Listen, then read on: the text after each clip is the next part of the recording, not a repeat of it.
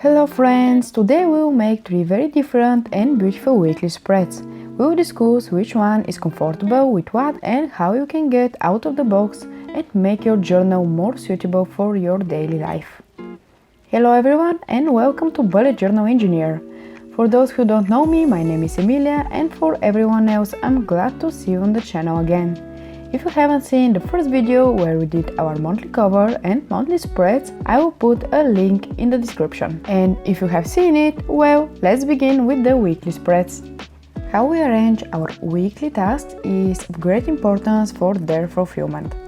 We start with our semi-horizontal spread. As I said before, it is one of my favorites because it gives a lot of space to put trackers or other fields that I need. Even I have more space to draw. I divide each of those 2 pages into 4 equal fields, and since the days of the week are 7, I use the 8th field for the weekly tasks, and since there are always many, I make the field a little more bigger than the others.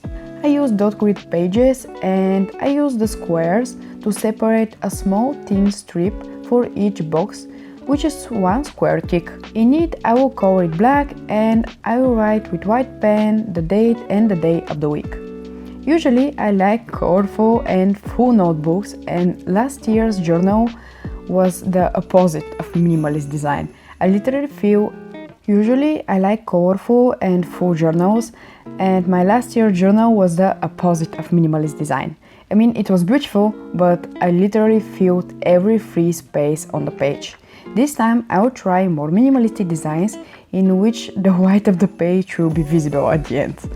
As we explained in the previous video, I will do the Galaxy watercolor painting with 3 main colors, blue, purple and black, and I'll combine them and I will create a nebula-like watercolor painting. So here we are ready with the core of the spread, and now we have all the space on the sides to fill it with whatever we need. You can put trackers, photos or stamps or whatever you want. You can put nothing. I decided to add stamps because I have a wonderful stamp that has a planet inside and it is much related to the topic. As we said, I don't want to overwhelm the page, and for that I leave only a stamp on the right side. And as always, I put a calendar at the bottom, and with color I note which week we are so I won't lose track for the deadlines. On the left I make a new field for thoughts.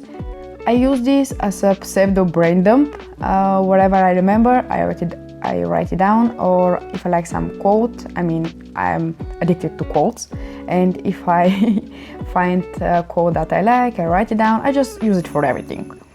The next page will be a little different because I will divide the page diagonally. I find it symbolic that I showed this video on December 25th, the day the James Webb Space Telescope will be launched. You probably know what I'm talking about, and if not, I'm gonna sum it briefly.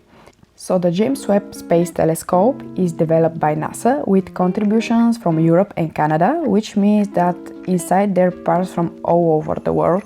The telescope is named after James E. Webb, who was the administrator of NASA during the Apollo programs, which took us to the moon. James Webb, the telescope, is designed so we can see deeper in space, more than the current telescope Hubble, which all we know about. Since I'm shooting this video before the launch, I'm keeping my fingers crossed that everything will be fine and that while you're watching this video, the telescope will be on its way to its final destination. I can talk a lot more about this topic, but not in this video, so if you want more interesting information, I will put links into the description. Now it's time to get back to the journal. We almost finished this weekly spread, and I can say that this is the most non-functional spread I have ever had. It is complete chaos, and it is definitely not something that I would do every month. But sometimes I need a variety in my journal, and that's why I decided to do something a little different and more artistic. I'm starting the next week with watercolor. In the next video where we made the cover, I talked in detail about how to apply the color so as to not tear or wave the pages.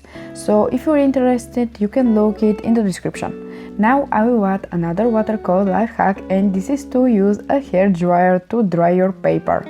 It's very fast, and in this way you don't give the water time to soak into the paper, which saves it. If the hair dryer has different modes, set it to blow the warmest temperature possible in the lowest possible airstream. This way you will not blow the undried leads out of the paper.